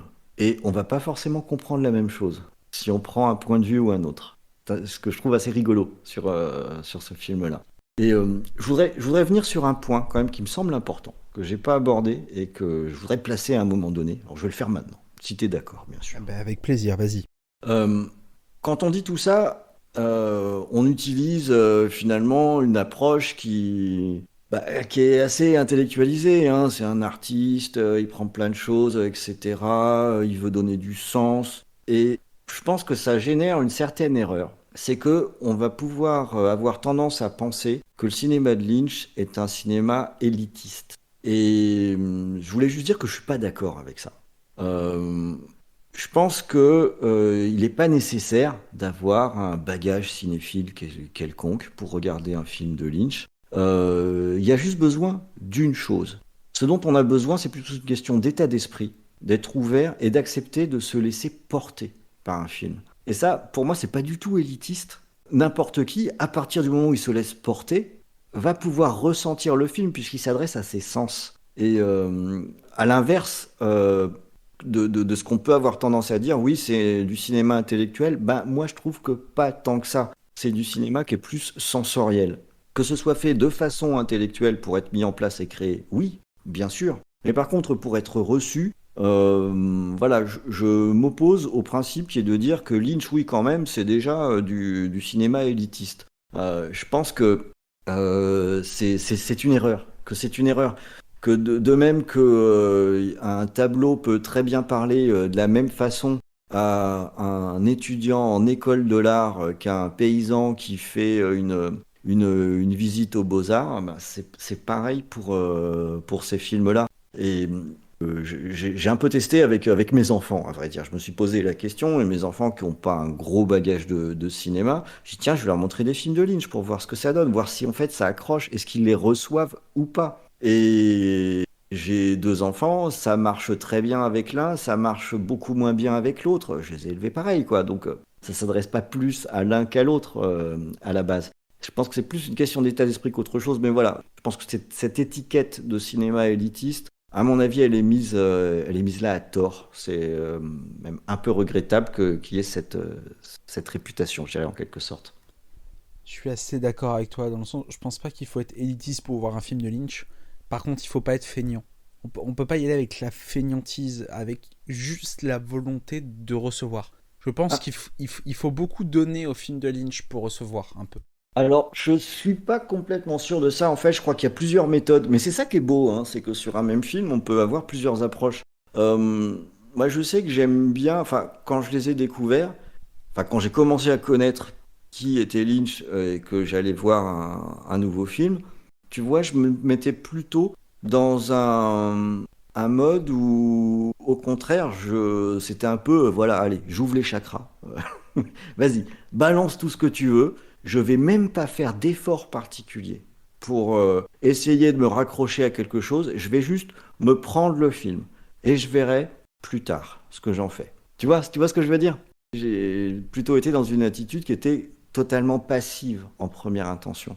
Après, si on veut en retirer la substantifique moelle, effectivement, il y a un moment donné, il faut être plus actif. Je pense que c'est peut-être le propre des grands films et des grands réalisateurs. Un grand film nous plonge dans son univers. On est un personnage, je pense, des films qui sont des vraies réussites. Et c'est là-dessus que Lynch réussit, en fait. On n'est pas forcément d'accord par les mots, mais je me retrouve quand même pas mal dans ce que tu exprimes en termes d'idées. Et c'est aussi ça qui est impressionnant, je trouve, avec le cinéma de Lynch, parce qu'on peut avoir des mots différents, mais il y a quand même quelque chose de commun qui nous est transmis, en fait.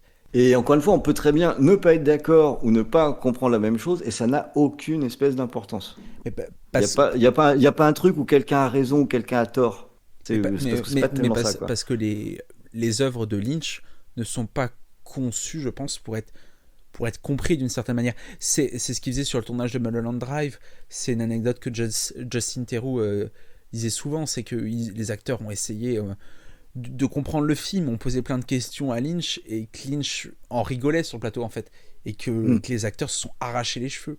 Parce que je pense que les œuvres de Lynch ne sont pas faites pour être compris, c'est quelque chose qu'on a dit tout à l'heure, elles sont faites pour être ressenties, en fait. Et je fais un peu le parallèle à ce que tu disais pendant le questionnaire de Proust, parce que je trouve ça très intéressant, en fait, et en écoutant ton questionnaire de Proust, j'ai compris pourquoi tu m'as demandé à ce qu'on traite Lynch. C'est que tu as dit, il n'y a rien de pire, finalement, que l'indifférence au cinéma. Et je pense qu'on ne peut pas être indifférent à un film de Lynch. Je pense pas que ça soit possible. Et on peut comprendre aussi que ça puisse ne pas parler du tout à quelqu'un. Et c'est pas un problème non plus. Il y a des individus qui ont besoin de beaucoup de rationalité, de s'accrocher à du réel, et où ça peut être compliqué pour eux. Ok, c'est pas grave. En fait, il faut tout, quoi. Donc, ça marche aussi. Ça marche aussi dans ce sens-là, quoi. Il y a un film dont on n'a pas forcément trop parlé, on s'est pas trop étalé dessus. Moi qui m'a fait ça, par exemple, c'est Sailor et Lula. Je l'ai vu. Alors, j'avais commencé Sailor et Lula il y a quelques années. Je m'étais arrêté au bout d'une vingtaine de minutes et je me souvenais plus vraiment pourquoi j'avais pas fini le film. En fait, j'ai revu, et si tu me demandes ce que je pense de Sailor et Lula, bêtement et simplement, je vais dire, bah, ce film c'est une merde, j'ai détesté, je trouvais que ça allait pas. Mais en fait, d'une certaine manière, le film, quand j'y réfléchis, le film est assez radical. Et est-ce que finalement, d'une certaine manière, il n'aurait pas réussi là-dessus, sur le fait de me faire réagir, même si c'est négativement? Je lis dans le chat là qu'il est provocateur dans un noble sens, et je crois que ça répond à ta question. C'est que les partis pris de Lynch ne sont pas faits pour qu'on soit dans une zone de confort. Donc, qu'il y ait une réaction, qu'elle soit positive ou négative, il y aura une réaction. C'est pas possible, comme tu disais, on peut pas rester indifférent dessus. Et même si on dit j'ai trouvé ça épouvantable, ok, mais j'en ai pensé quelque chose quand même, et je m'en souviendrai, et peut-être que je le reverrai dans 5 ans un petit peu autrement. Et là, le jugement sera un peu différent. Ça donne un aspect aussi un petit peu intemporel, finalement. Moi, je trouve que c'est une approche qui est plutôt intéressante, hein. Mais je suis d'ailleurs à peu près persuadé que Lynch, avant même de déterminer une histoire, quand je réfléchissais pour préparer cette émission et que j'ai revu quelques films, je pense qu'en premier, il va se poser la question, quel est le thème que je vais aborder? Je suis à peu près sûr qu'il commence par ça. Et quand il va avoir déterminé un thème, là, il va regarder comment est-ce qu'il va le traiter, comment est-ce qu'il va, par quelle approche. Est-ce qu'on va être sur une approche, quel type de narration aussi? Est-ce qu'on va être sur des narrations, on le voit avec Lost Highway et Mulholland Drive, c'est des narrations inversées. Ou bien est-ce que je vais jouer sur du décalage du réel, comme dans Twin Peaks ou Blue Velvet? Est-ce que je vais avoir une approche plus frontale? C'est une fois qu'il a le thème qu'il va s'interroger là-dessus, mais là où il est un petit peu compliqué, c'est que ce thème, il n'est pas toujours facile à décrypter. Et il va nous l'envoyer en parlant à nos sens, donc souvent, même quand on ne comprend pas trop le film, on comprend quand même de quoi ça a parlé, pas de quoi ça a parlé dans l'histoire, mais quel était le thème de fond. Alors évidemment, dans Elephant Man, c'est complètement évident. Là, on est sur le traitement de la différence. Ok, ça c'est très facile. C'est beaucoup plus dur dans Lost Highway. Dans Lost Highway, moi je pense que j'y ai vu un thème, mais pour en avoir parlé avec certains, tout le monde n'était pas d'accord avec moi. Dans Mulholland Drive, c'est pareil. on a même plusieurs thèmes, probablement. À quel thème on va s'accrocher? Mais je suis presque persuadé que c'est dans son mode de raisonnement, c'est dans cet ordre-là que les choses se font. D'abord, quelle va être la tonalité, quel va être le thème, et après, comment je vais raconter mon histoire et comment je vais traiter ça. Je sais pas si sur ce que tu as vu, si c'est un truc que tu as ressenti, mais dans la construction, je le sens comme ça en tout cas. Eh ben, tu vois, étonnamment, je suis pas forcément d'accord avec toi parce que je pense pas que c'est le thème qui définit. Je pense qu'il cherche le mood, en fait. La sensation, je pense que. Enfin, je l'ai dit, je me répète, je suis un peu en boucle, je radote, mais j'ai perçu que c'était un cinéma de sensations, pas de sensations façon fête foraine à nous retourner la tête. Vraiment de choses qu'on ressent. C'est un cinéma qu'on ressent. Et je pense que c'est ce qu'il élabore en premier. Je connais pas du tout sa méthode, et s'il storyboard, s'il scénarise, s'il choisit, je sais pas, par exemple, sa musique d'abord. Je serais pas surpris pour le coup qu'il fasse un peu comme c'est Tarantino qui choisit sa musique en premier, par exemple. Je serais pas étonné que Lynch aussi choisisse la musique en premier. Il travaille très tôt avec Badalamenti notamment. Dans les films classiques, je perçois des thèmes. Elephant Man, oui, c'est évident. Et dans un Mulholland Drive, par exemple, bah, c'est moins un thème que je vais ressentir. Je me suis même pas posé la question en fait du thème pour te dire. Mais c'est juste des sensations. Alors voilà, c'est pour ça, on peut prendre le truc différemment. Moi, je pense qu'à travers les sensations, on arrive à un thème qui se dégage et je pense que c'est sa finalité. Mais encore une fois, je peux me planter.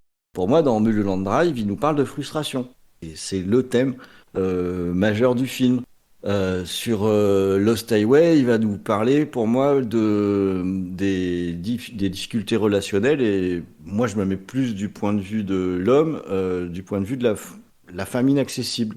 Je peux me tromper, peut-être que j'ai tort, peut-être que c'est pas ça le thème, peut-être qu'il y en a plusieurs, tu vois. Mais je pense qu'il est malin, ce David Lynch, et qui va nous en balancer. Alors, comme on dit depuis le début, il va nous parler à nos sens, et nous, ça va nous éveiller quelque chose qui se trouve dans le film et qu'on va ressortir. C'est quand même une sacrée démarche, hein. Mais quand je dis en faisant le malin, là, le thème de Mulholland Drive, c'est la frustration. Encore une fois, c'est ce que j'en ai retiré ce week-end seulement. Et c'était ça devait être mon 3e visionnage sur le film. Donc, faut le temps que ça mature. Mais j'ai du mal à croire qu'il n'a pas un objectif, une finalité sur le ressenti qu'il veut nous envoyer. Ça me surprendrait de lui quand même. Je pense qu'il recherche tellement parfois qu'il est tellement radical. Je sais plus si on a parlé du côté radical de Lynch un peu, je trouve, dans son absolu cinéma, que parfois il va trop loin, il se plante. Moi, je crois que c'est quelque chose que tu voulais un peu évoquer aussi.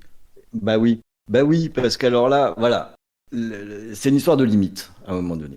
On se dit, on la met où? Et cette limite, elle va se heurter à quoi? Aussi au seuil de tolérance du spectateur, ou à un moment donné où le spectateur va dire, non, là je décroche. Ok, c'est joli, ok, il y a peut-être une démarche, mais là je suis sur le bord de la route. Je pense que c'est quelque chose qui pend au nez de Lynch. Cette limite, elle se situe pas forcément au même endroit pour tout le monde, ce qui ne peut faire que générer des désaccords avec d'aucuns qui vont trouver que non, pas du tout, qu'en fait tu n'as pas compris, etc. Peut-être, c'est possible. Mais moi, voilà, il y a des choses qui, au bout d'un moment, m'ont laissé sur le côté, et pourtant, je crois qu'on l'a bien compris, je suis bien sensible à ce que peut faire Lynch. Mais oui, Inland Empire, moi j'ai pas réussi à aller au bout. En fait, c'est même curieux parce que c'est un film, quand je l'ai lancé, je me suis dit, mais en fait, je trouve ça d'un ennui épouvantable, je trouve ça extrêmement laid. Mais comme c'est Lynch, je vais quand même continuer parce que il va se passer quelque chose. Je vais voir où il veut en venir ou alors où il veut m'embarquer. En fait, j'attendais qu'il m'embarque quelque part et je l'ai jamais vu. Et je l'ai jamais vu. Je me suis dit, j'ai pas compris l'expérience qu'il voulait faire avec ça. J'ai pas pigé. Et ça m'a fait la même chose sur la saison 3 de Twin Peaks, que j'attendais pourtant fortement, où à un moment donné, je me suis dit, tiens, là, je crois qu'il est en train de profiter d'un budget pour faire des expériences visuelles. Mais j'ai trouvé ça vain cette fois. Ça m'a pas parlé. J'ai vu quand on a un épisode entier avec une station-service qui brûle en avant, en arrière, je comprends pas. Là, j'arrive, ça n'a pas franchi la barrière. Je reçois pas ce qu'il veut me dire. Je suis même pas sûr qu'il veut dire quelque chose. Je me suis même demandé par moments, je m'imaginais vaguement qu'il se payait notre tête. Je me dis, tiens, en fait, peut-être que juste, il a décidé de se moquer un petit peu de nous et, et de nous faire un happening en se disant juste, tiens, jusqu'où je peux aller comme ça. Jusqu'où je peux aller sans qu'on me dise quelque chose de particulier. Donc, moi, j'ai mis ma limite ici avec ces deux œuvres où là, je suis pas convaincu du tout, où j'ai l'impression qu'il passe à côté. Comme tu disais, radical, oui, mais bon, radical, pourquoi? Pourquoi faire? Moi, j'ai pas compris. Je suis pas sûr qu'il y ait quelque chose derrière ça. Et il s'avère que je parle des deux exemples qui marquent la fin de carrière de David Lynch. Donc je peux pas m'empêcher aussi d'avoir dans un petit coin de ma tête le ah, ça y est, on arrive au moment où c'est le film de trop, où c'est le moment où il faut peut-être s'arrêter, soit parce que on n'a plus le truc, soit parce qu'il faudrait passer sur un autre média et que celui-ci n'est plus que ce qui lui correspond. D'ailleurs, sur toute cette période-là, après Mulholland Drive, Lynch, il a surtout passé du temps à faire de la peinture, à faire des courts-métrages, à essayer des choses diverses et variées, à faire de la musique, mais à s'intéresser beaucoup moins au cinéma. Et c'est pratiquement ce que j'ai vu sur l'écran. J'ai eu l'impression de voir quelque chose d'un petit peu forcé et qui savait pas forcément cette fois où il allait. Et là, ça m'a perdu. Donc, c'est peut-être sa limite. Là, il a atteint la mienne. Je sais que pour d'autres spectateurs, ça arrive beaucoup plus tôt, qu'ils n'arrivent pas à recevoir des films précédents.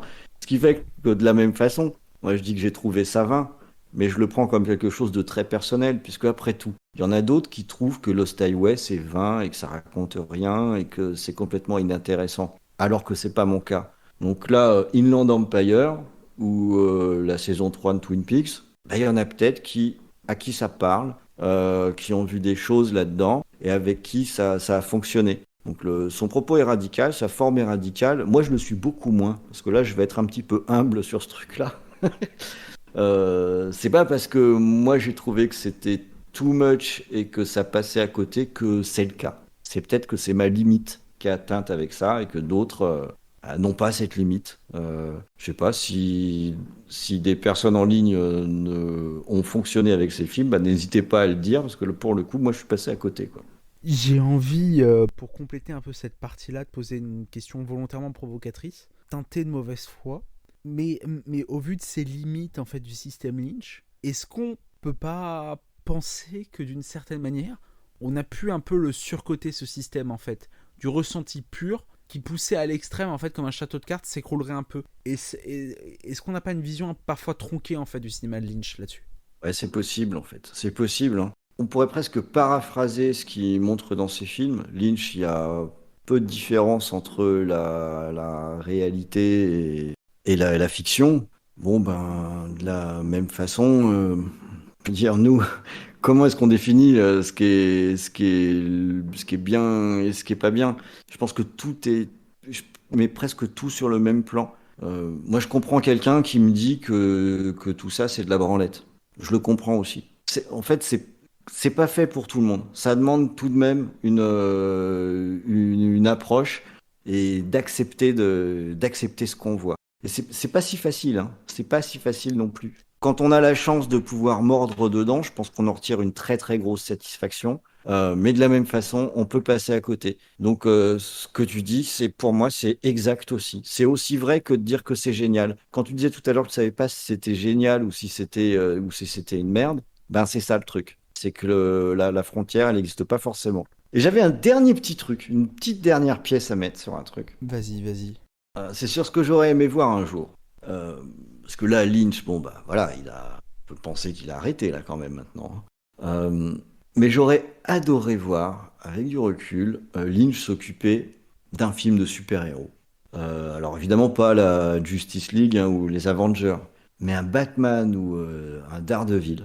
Je pense qu'il aurait pu faire un truc absolument dément, avec un super-héros un petit peu torturé, qui est souvent des héros qui sont borderline, il y en a quelques-uns, des histoires avec des méchants qui peuvent faire des illusions, des trucs comme ça, l'épouvantail pour Batman par exemple.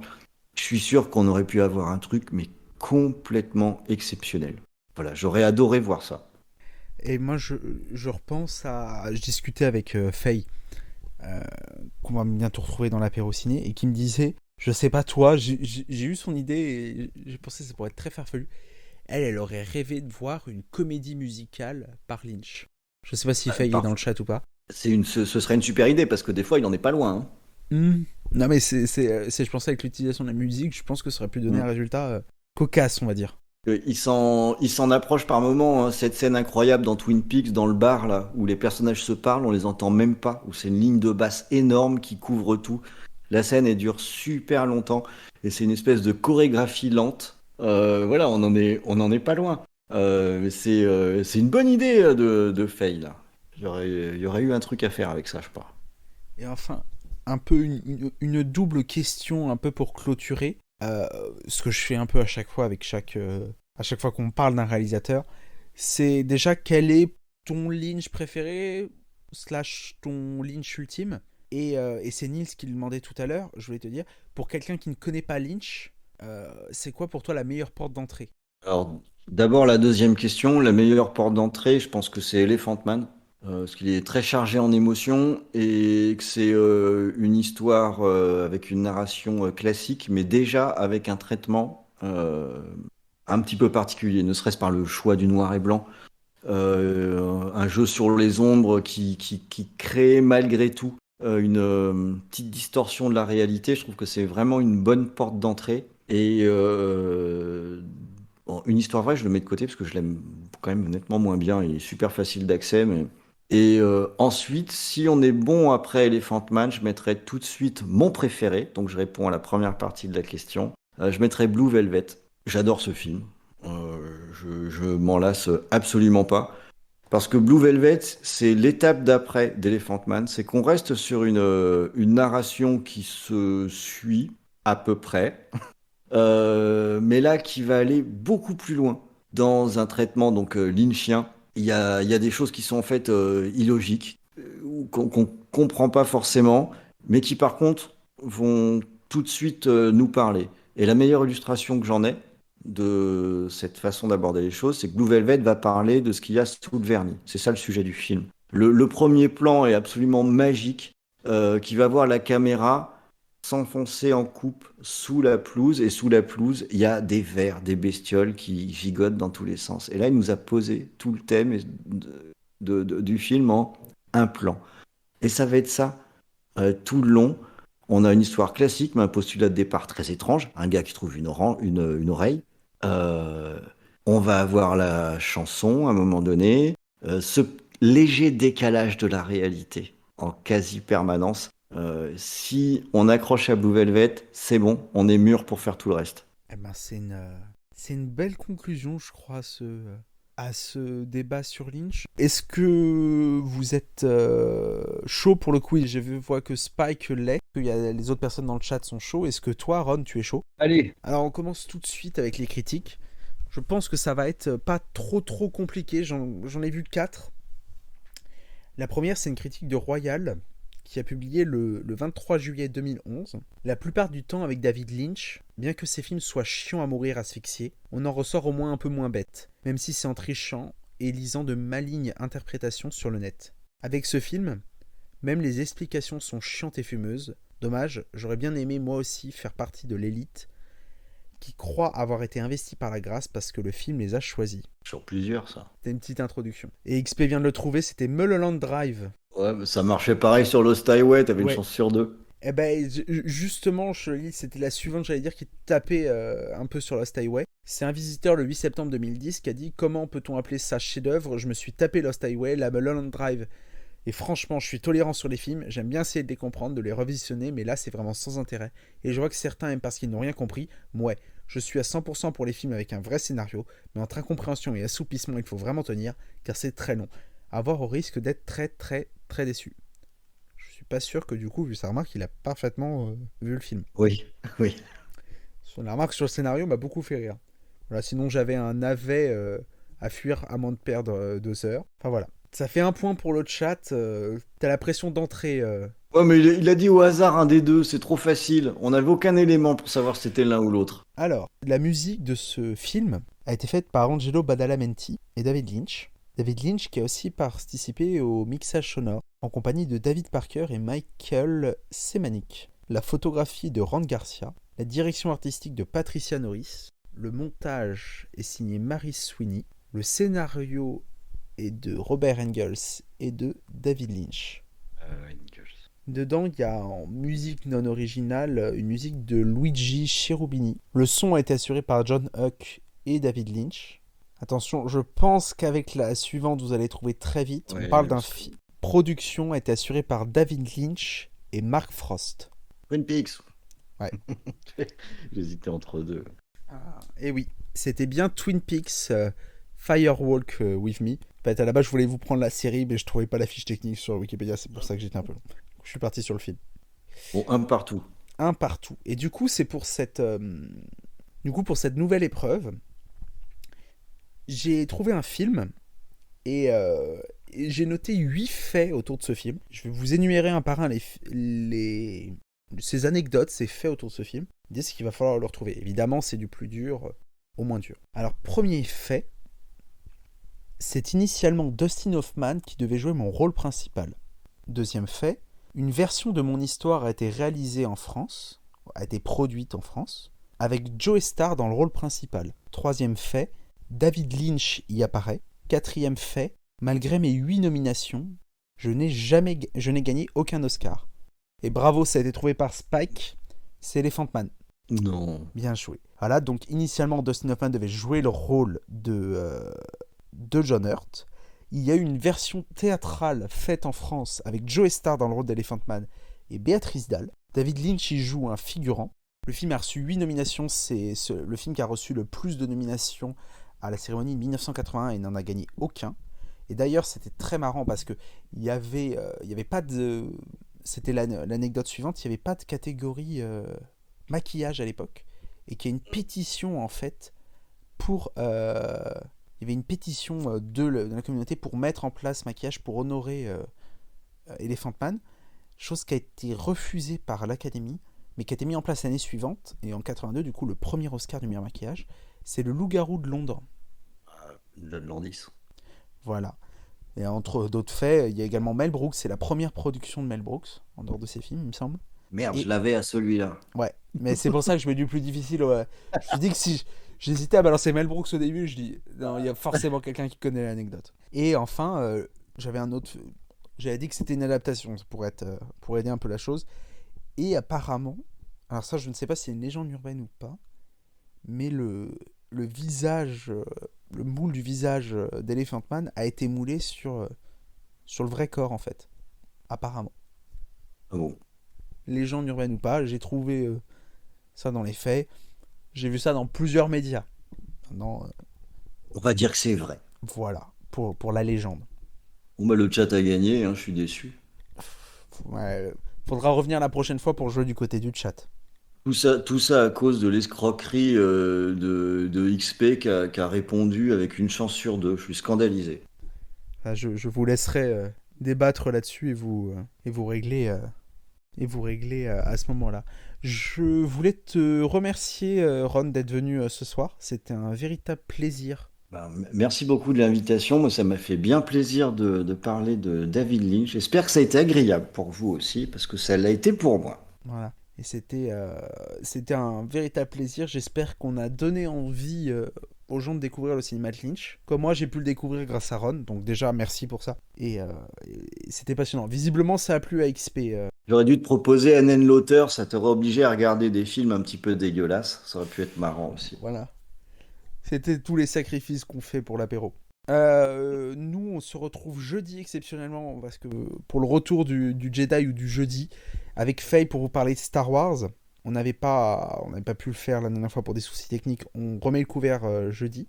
Et je voulais vous remercier également, j'en ai parlé vite fait tout à l'heure, mais on a atteint les 30 followers sur la chaîne Twitch. C'est un cap, c'est super, ça grossit de plus en plus l'apéro ciné. Et du coup, chose promise, chose due, on va essayer d'organiser ça. On va faire une petite foire aux questions. N'hésitez pas sur le Discord déjà à poser vos questions.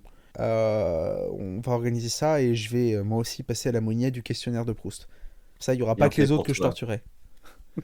Enfin, je vais pouvoir préparer, là, je vais commencer à préparer doucement. Pour finir, est-ce que tu as peut-être une lecture ou un visionnage à conseiller, quelque chose que tu as vu récemment? Oh tiens, je vais faire une lecture.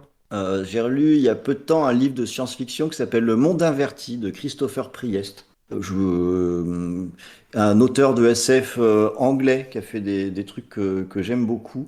Et le Monde Inverti, c'est un peu une interrogation sur notre sens de la perception et de la réalité. Un bouquin que je trouve vraiment épatant, que j'avais vu tout gamin, que j'ai repris il y a peu. Et j'ai trouvé ça super. Alors j'ignore si c'est encore édité ou quoi que ce soit. Fallait pas me poser une question comme ça. J'ai dit le premier truc qui me passait à travers la tête. Mais voilà, un chouette bouquin. Christopher Priest, Le Monde Inverti. Eh ben, ça fait une reco. Partir pour aller dans nos plus belles librairies, évidemment, hein. Il faut les soutenir en ces temps difficiles. Exactement. Et je vous remercie tous pour votre écoute. Je vous dis, une fois n'est pas coutume, Kenavo. Ouais, Kenavo les amis. Voilà. Et puis, au plaisir de te retrouver dans dans le chat. Et puis, j'ai oublié, suis-je bête, et au plaisir surtout de te retrouver sur VHS et Canapé. Oui, absolument. Bah oui, ce serait sympa. Venez aussi chez VHS et Canapé. Et puis, au gré des sujets, je pense que je reviendrai faire des petits apéros parce que, ma foi, on est bien reçus. C'est vraiment sympa. Donc, je pourrais, à mon tour, attendre avec impatience le quiz pour essayer de déstabiliser le participant le Voilà. maximum. Voilà. Et tu vas attendre le passage d'XP, je suppose. Ouais, c'est ça. C'est ça. Voilà, si XP vient, voilà. Et puis voilà, faut écouter toi parce qu'il y a quand même une belle équipe. C'est vrai que il n'y a pas que toi chez VHS et Canapé et que vous êtes un peu la référence. Alors, je La sais pas référence si on est une absolue. référence, mais en tout cas, on s'amuse beaucoup sur les films dont on parle. On fait ce qui nous passe par la tête, les trucs qu'on trouve fun. Voilà, les trucs qu'on trouve fun, qui nous donnent de la satisfaction. Bah, dans pas plus tard que 2 jours, on se fait un petit épisode surprise sur La Momie, par exemple. Celui de Stephen Sommers. Eh ben, Euh, on regardera et- ça avec attention. N'hésitez pas à nous retrouver sur le Discord, qu'on va vous remettre. On va vous remettre le lien du Discord dans le chat si vous y êtes pas. Parce que c'est là qu'on envoie plein de tout. Évidemment, on va balancer les liens de VHS et Canapé et qu'on diffusera le lien de votre petit plaisir sur la momie. Euh, Merci à tous. Je vous souhaite une agréable nuit. À dans 2 jours pour parler de Star Wars et puis vive le cinéma. Absolument, vive le cinéma. Merci à tous. Voilà, je vous balance à l'instant un lien pour le Discord et je vous souhaite une agréable nuit. Bonne nuit.